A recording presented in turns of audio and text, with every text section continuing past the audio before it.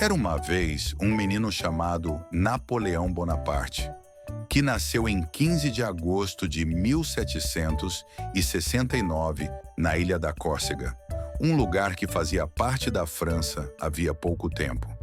Desde pequeno, ele não era como as outras crianças. Enquanto os amigos gostavam de correr, brincar e se distrair, Napoleão preferia observar, pensar e imaginar grandes aventuras. Ele adorava ouvir histórias de guerreiros do passado, como Alexandre o Grande e Júlio César. Sonhava em também se tornar um grande líder, alguém capaz de mudar a história. Sua família não era rica, mas tinha certo prestígio na ilha. O pai de Napoleão acreditava muito nele e conseguiu uma bolsa para que o menino fosse estudar em escolas na França continental. Foi ali que a vida dele começou a tomar outro rumo. Um garoto tímido, de sotaque carregado e aparência frágil, que sofria preconceito por ser da Córcega, mas que decidiu que não deixaria nada disso atrapalhar seu futuro. Na juventude, Napoleão foi para a Academia Militar de Brienne, ainda adolescente, e ali demonstrou uma inteligência fora do comum. Era ótimo em matemática, especialmente em cálculos de artilharia, que mais tarde seriam muito úteis para suas batalhas. Mas ele não era muito popular. Chamavam-no de baixinho e zombavam de seu jeito reservado. Só que Napoleão, em vez de se entristecer, usava isso como motivação. Ele se dedicava aos livros, estudava história militar e memorizava batalhas antigas. Já planejava que um dia estaria à frente de um exército. Esse sonho foi crescendo dentro dele como uma chama que nunca se apagaria. Ainda muito jovem, Napoleão entrou de fato no exército francês como oficial. Ele tinha apenas 16 anos quando se formou como segundo tenente de artilharia. Aos poucos, a França estava entrando em tempos difíceis. O povo estava descontente com os reis e a Revolução Francesa explodiu em 1789, quando Napoleão tinha 20 anos. Enquanto muitos oficiais nobres abandonavam o país, ele, que era filho de uma família mais simples, aproveitou a chance. Acreditava nos ideais de mudança da Revolução, mas o que mais queria era mostrar seu talento e crescer na carreira. Foi nessa época que começou a se destacar, principalmente em 1793, quando liderou a retomada da cidade de Toulon contra os inimigos. Sua habilidade em organizar os canhões e bolar estratégias surpreendeu a todos. Passou de um jovem oficial quase desconhecido a um nome que chamava atenção em Paris. Depois da vitória em Toulon, Napoleão ganhou reconhecimento e promoções, mas queria mais. Em 1796, aos 26 anos, foi colocado no comando do exército da Itália. Parecia loucura dar a um jovem tão novo um exército inteiro para comandar. Mas Napoleão surpreendeu novamente. Conseguiu animar soldados cansados que estavam quase desistindo e os levou a vitórias incríveis contra os austríacos. Sua fama cresceu rapidamente. Escrevia cartas apaixonadas para sua esposa Josefina, com quem havia se casado pouco antes, e entre uma batalha e outra mostrava que, além de guerreiro, era também um homem cheio de sentimentos. As vitórias na Itália o transformaram em um verdadeiro herói francês. Pouco depois, em 1798, ele embarcou numa aventura no Egito. Napoleão acreditava que, ao conquistar aquela região, poderia enfraquecer os ingleses, que dominavam os mares. Então partiu com milhares de soldados, mas também levou cientistas, estudiosos e artistas para aprender com a cultura milenar egípcia. Foi lá que descobriram a Pedra de Roseta, que ajudaria séculos depois a decifrar os mistérios da escrita dos faraós. Mas nem tudo correu bem. Embora tenha vencido batalhas em terra, a frota francesa foi destruída pela Marinha Britânica, liderada pelo almirante Nelson.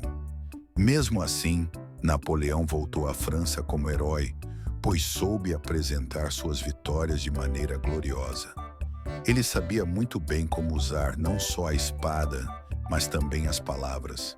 Em 1799, aproveitando o momento de instabilidade na França, participou de um golpe de Estado e assumiu o poder como primeiro cônsul. Era como se fosse o chefe do país. Agora não era só um general brilhante, era também um governante. Reorganizou a França, fez reformas, criou leis que ficaram famosas, como o Código Napoleônico, que até hoje serve de base para muitas legislações. Investiu em educação, em estradas e em instituições financeiras. O povo francês, cansado de tanta confusão, passou a vê-lo como um salvador. Napoleão tinha um talento raro, sabia vencer nas batalhas e também governar.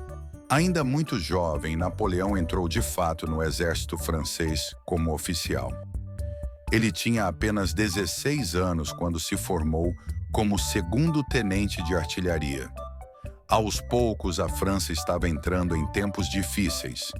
O povo estava descontente com os reis e a Revolução Francesa explodiu em 1789, quando Napoleão tinha 20 anos. Enquanto muitos oficiais nobres abandonavam o país, ele, que era filho de uma família mais simples, aproveitou a chance. Acreditava nos ideais de mudança da Revolução. Mas o que mais queria era mostrar seu talento e crescer na carreira.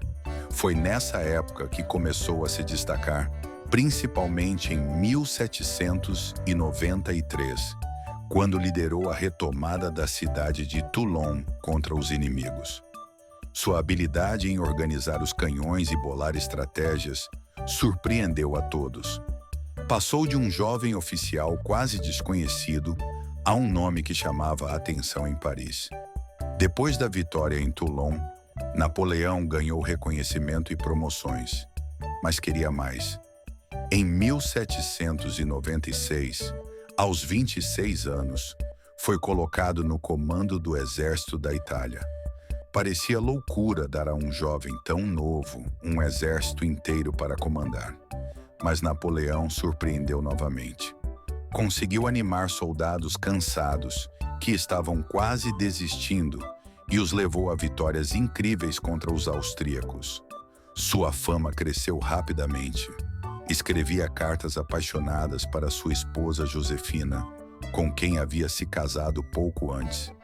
E entre uma batalha e outra, mostrava que, além de guerreiro, era também um homem cheio de sentimentos.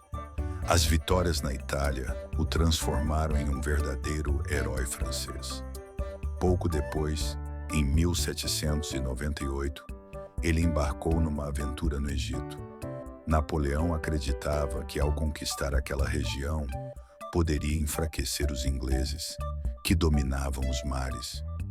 Então partiu com milhares de soldados, mas também levou cientistas, estudiosos e artistas para aprender com a cultura milenar egípcia.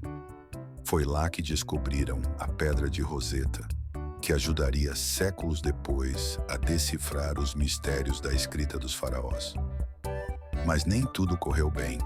Embora tenha vencido batalhas em terra, a frota francesa foi destruída pela Marinha Britânica, liderada pelo almirante Nelson.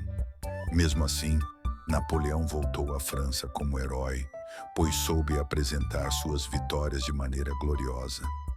Ele sabia muito bem como usar não só a espada, mas também as palavras.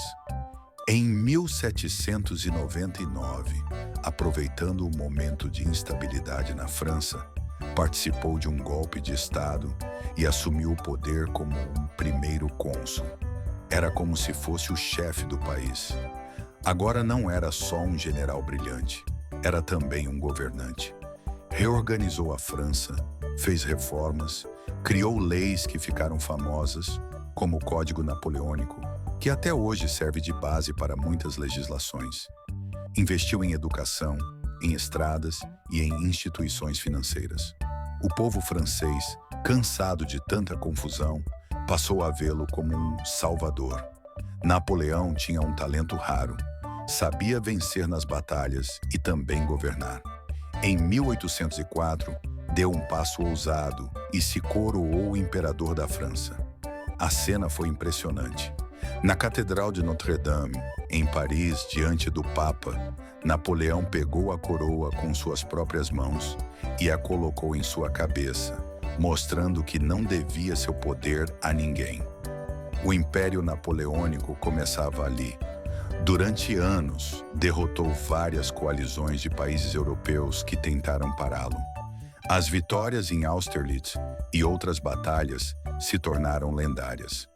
Os mapas da Europa mudaram, reis foram depostos e novos reinos criados sob sua influência. Napoleão parecia invencível, como se fosse mesmo um herói das histórias antigas que tanto admirava quando criança. Mas sua ambição não tinha limites e, aos poucos, os erros começaram a aparecer.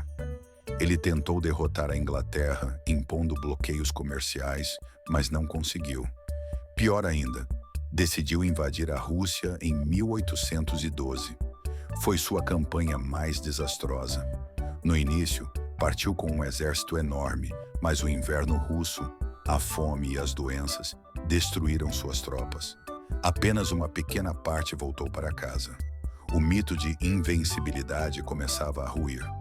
Ainda assim, Napoleão não desistiu. Continuou lutando, mas agora os inimigos estavam mais fortes e unidos. Em 1814, foi derrotado e enviado para o exílio na ilha de Elba. Parecia o fim, mas Napoleão era obstinado. Conseguiu escapar, voltou para a França e por 100 dias reassumiu o poder. Foi sua última aventura. Só que os inimigos não deram trégua. Em 1815, na famosa Batalha de Waterloo, Napoleão foi derrotado de vez. Desta vez não houve perdão. Foi enviado para a distante ilha de Santa Helena, no meio do Oceano Atlântico, onde ficou até sua morte em 1821, aos 51 anos. Mesmo derrotado, deixou marcas profundas no mundo. Suas ideias de organização, suas leis, sua visão de mérito e trabalho duro inspiraram gerações.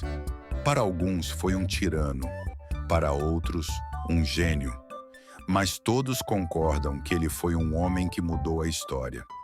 De um menino da Córcega que sofria bullying por ser diferente, transformou-se em imperador da França e marcou para sempre o destino da Europa. Se você gostou desse vídeo, não se esqueça de deixar o seu like, compartilhar com seus amigos e se inscrever no canal Além do Tempo. Isso ajuda muito o nosso trabalho a continuar. E eu quero saber de você, quais temas você gostaria que a gente trouxesse aqui no canal? Escrevam nos comentários porque a sua opinião é muito importante. Até o próximo vídeo, Viajantes do Tempo.